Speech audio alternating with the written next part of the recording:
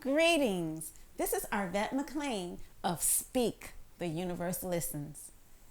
As a very young person, I always felt that I carried the weight of the world on my shoulders, having to make grown-up decisions in order to survive a life marked with physical, sexual, and emotional abuse. While my face was smiling on the outside, on the inside, I always secretly cried and felt miserable. However, over the years, I learned some gems that helped to turn my life around. I now get to live the life of my dreams, filled with love, travel, and wonderment. And I am absolutely passionate about sharing what I have learned with you. If you want to live your best life, tune in each week as I, along with some amazing guests, share these life-changing gems with you. Inspired to be more, do more, have more. Greetings. Today's topic is developing the pathway to your financial success.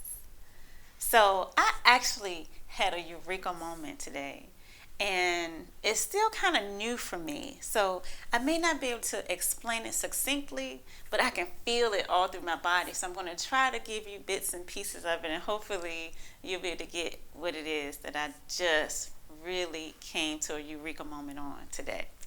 So quite a while ago, someone told me that when Europeans first came to Africa, that the Africans were unable to see the ships in the water.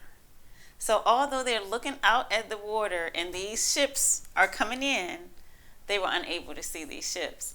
And so in trying to process that, it's like they were unable to see the ships because they didn't know what ships were. They never saw ships before. They never conceptualized it. And so it's kind of like you can't see what you don't expect to see. You can't see what you don't know what's out there. You can't see what you don't know that exists.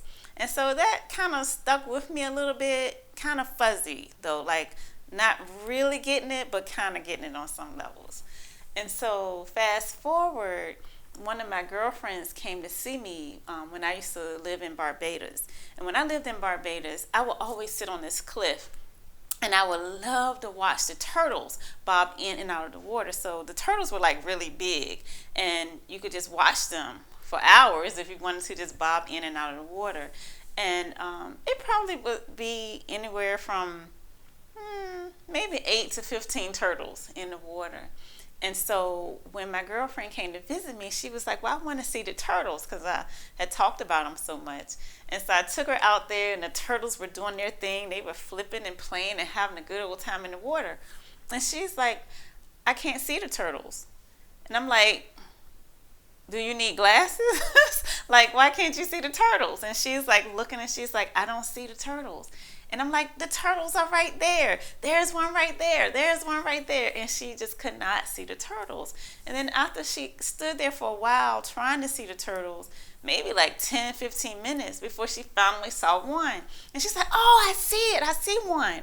And I'm like, you only see one? And then she's like, oh, and another one, and another one, and another one. And so eventually she could see the turtles. And so in processing that with her, I'm like, why couldn't you see the turtles?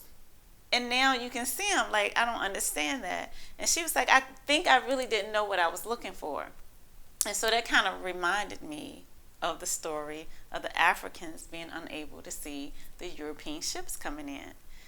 And then a third part to my eureka moment is that I guess in 2014, my mom actually had a stroke. And when she had a stroke, what I learned was that in the brain, there are certain cells or neurons that will actually die when you have a stroke. And so the communication is interrupted. So for example, in order to move your arm, it has to be a straight line of communication from, one neuron to the one that says move your arm.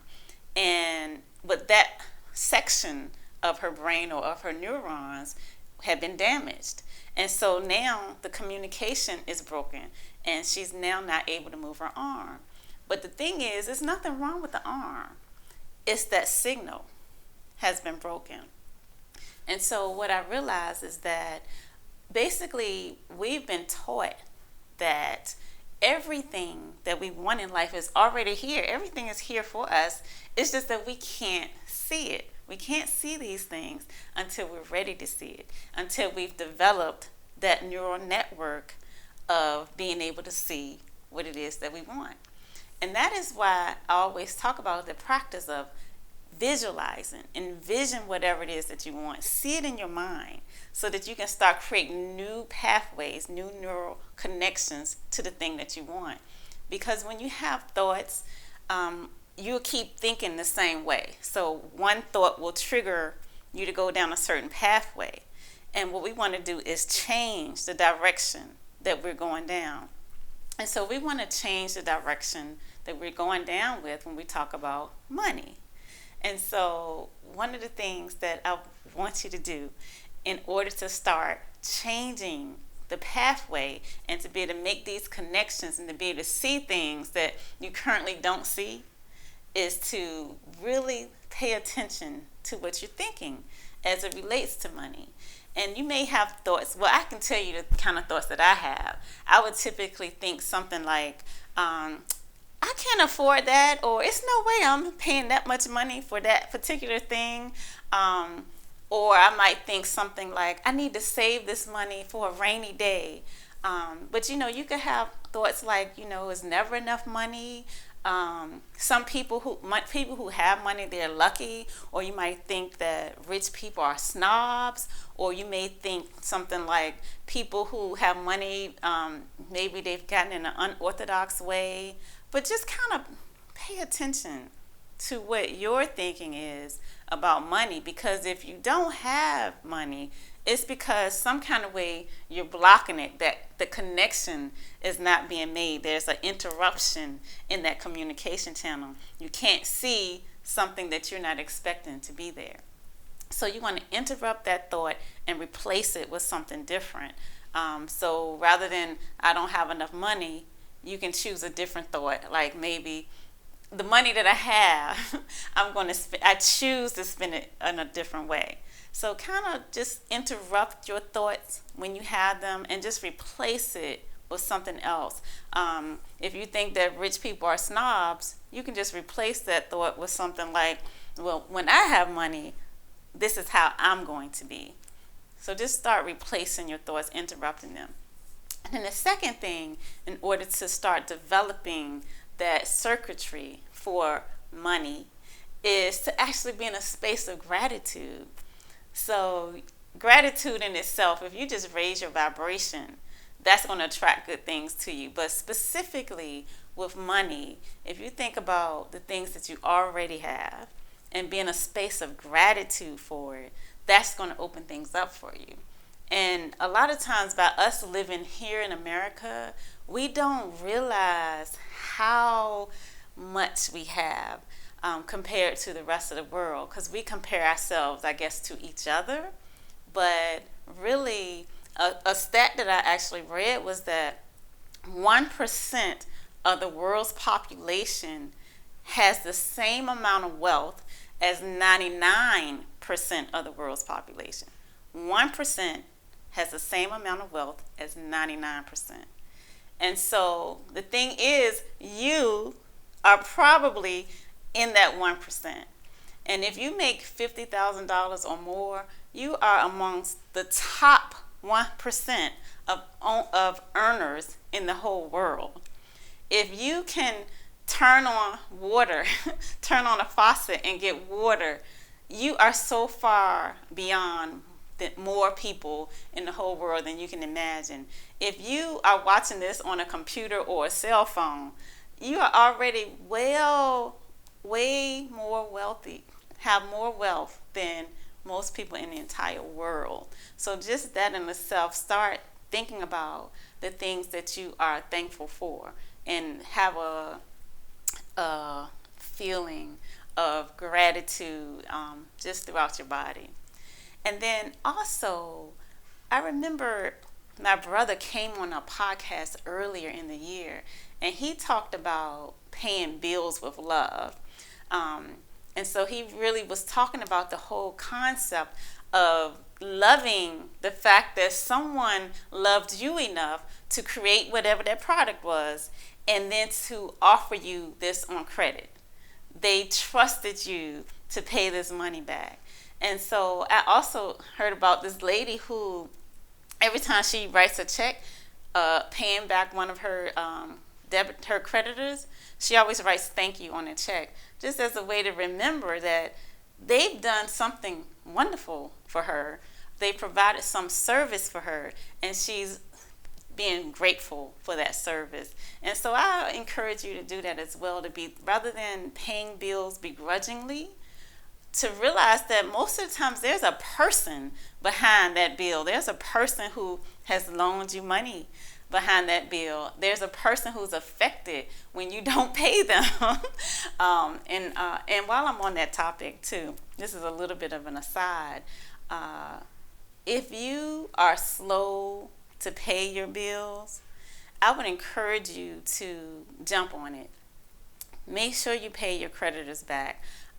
Make sure you pay people in your life back, because when you don't pay people back, you are holding yourself in a position of lack. You're not paying them back because you believe that you can't afford to pay them back, or perhaps you just don't want to pay them back. I don't know the reason, but start making payments, even if it's just $1. That's just like showing or sending a message to the universe that you believe that there's more to come.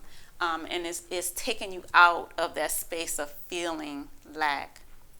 But we were talking about gratitude, so just be sure to be in a space of gratitude even when it comes to paying your bills. Be thankful that you don't have to go to the river to get some water, or that you can hop into a car and drive it, or that you do have a roof over your head, or all the other things that you may have to pay for. And also, one more thing about gratitude is that gratitude, being thankful for something, is really like the signature that this thing has already happened. So if you're thankful and grateful for something that you haven't seen happen yet, that's very powerful, because you're acknowledging that, yes, it's already here, and you believe that it's already here, and it's just going to be a matter of time before it shows up for you. So that's the second thing. Be grateful. Be in a state of gratitude. And then the third thing that I want to say that will help you to develop this circuitry is to really be in celebration of other people when you see that they are in a space of abundance and in a space of good things flowing to them. And I hear talk of people saying that people are jealous, or I guess not as excited for other people when they experience good things as they could be. Now, I personally have never experienced that. Like, in my whole life, I've always felt that people do tend to celebrate you when you're doing well. And I just want to encourage you to make sure that you're doing that. Celebrate other people when they're doing well. I have a friend who, she celebrates other people when they're doing well. She celebrates me when I'm doing well. However, she feels like it feels like something has been not taken from her, but that she's missing something. So she's like comparing herself.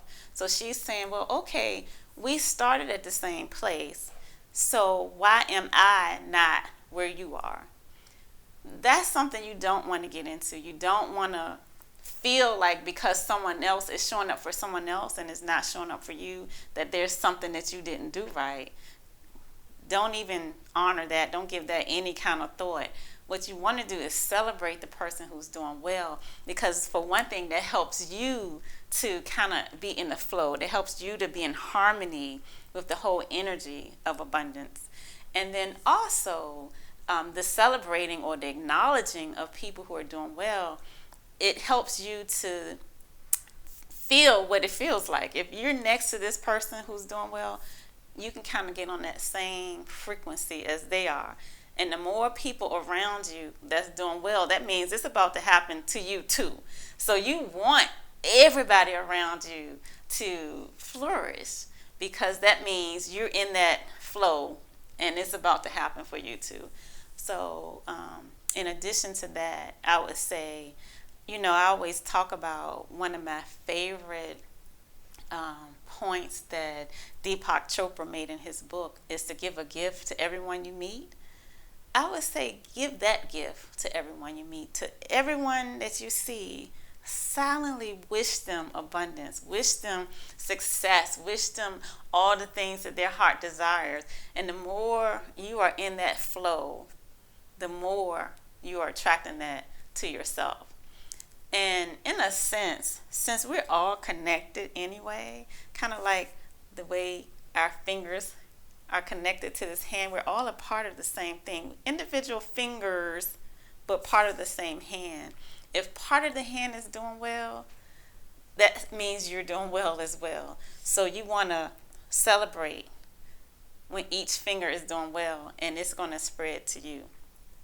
So those would be the three things that I would say to help you to start developing the circuitry, being on the same path as the flow of money and abundance. And so you just want to start making these your practices. Practice interrupting yourself when you're having thoughts that aren't so good as it relates to money. Just interrupt yourself and replace it with something else. Make sure to be in a state of gratitude as it relates to everything in your life, but as it relates to what you currently have, as it relates to the things that you want to have, and as it relates to paying bills and things of that nature. And thirdly, be sure to celebrate the successes of others, and then to blast everyone you see with that energy of wishing you well, wishing you success, wishing you abundance, wishing you all the good things in life. So hopefully these tips will help you, and you just want to practice being in harmony with abundance, and practice expecting, because again, like I said about the Africans, they didn't expect to see that ship. And even though my girlfriend was looking for turtles, she didn't know what to look for. But the expectancy, she expected to see something. So the longer she stood there, the more her brain got into sync in order to find exactly what she was looking for, which were the turtles. And then you also want to practice just removing that veil that covers our eyes, that helps us, that kind of blinds us to things like things that are not yet manifest. So we want to remove the veils that makes the unmanifest become manifest. So thank you for watching, and make sure you subscribe by clicking the button below, and check out my website at arvatmclean.com. Until next time.